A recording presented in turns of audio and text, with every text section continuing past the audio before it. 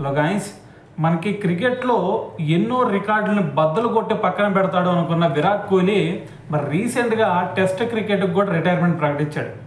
So మరి ఎందుకు ప్రకటించాడు అనేది కూడా పెద్ద మిస్టరీగా మారిపోయింది. అతనికి మరి ఏజ్ చూసుకుంటే 36 ఇయర్స్ ఉంది. ఫిట్నెస్ లెవెల్స్ అంటావా, మరి ఇండియన్ టీం మొత్తంలో కూడా మరి ఎవరు కూడా తనతో పాటు పోటీకి రాలేరు ఫిట్నెస్ లెవెల్స్లో. సో మరి ఇటువంటి సినారియోలో మరి గేమ్ ఏదన్నా సరిగ్గా ఆడట్లేదా అంటే ఐపీఎల్లో చూసుకుంటే ఎక్సలెంట్ పర్ఫార్మెన్స్ ఇస్తూ ఉన్నాడు.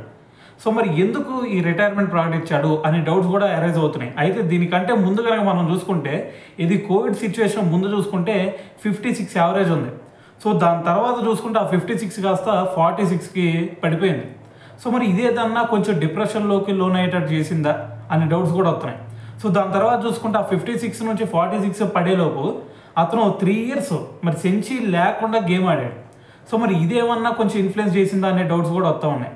సో ఏదైనా సరే మరి ఆ కోవిడ్ సిచ్యువేషన్ ఏదైతే ఉందో దాని తర్వాత కంప్లీట్గా విరాట్ కోహ్లీలో ఆ అగ్రెసివ్నెస్ కనిపించట్లేదు. దాని తర్వాత ఆ స్పార్క్ కూడా ఎక్కడ కూడా మనకు కనిపించట్లేదు. సో అందుకని చెప్పేసి తను మరి తనంతరగా తానే కొంచెం ఏదన్నా గిల్టీగా ఫీల్ అయ్యి, లేదంటే మరి గేమ్ మరి టెస్ట్లో సరైన పర్ఫార్మెన్స్ ఇవ్వట్లేదు అని చెప్పేసి తనంతటా తానే రిటైర్మెంట్ ఇచ్చాడా అనే డౌట్స్ కూడా రైజ్ అవుతూ ఉన్నాయి.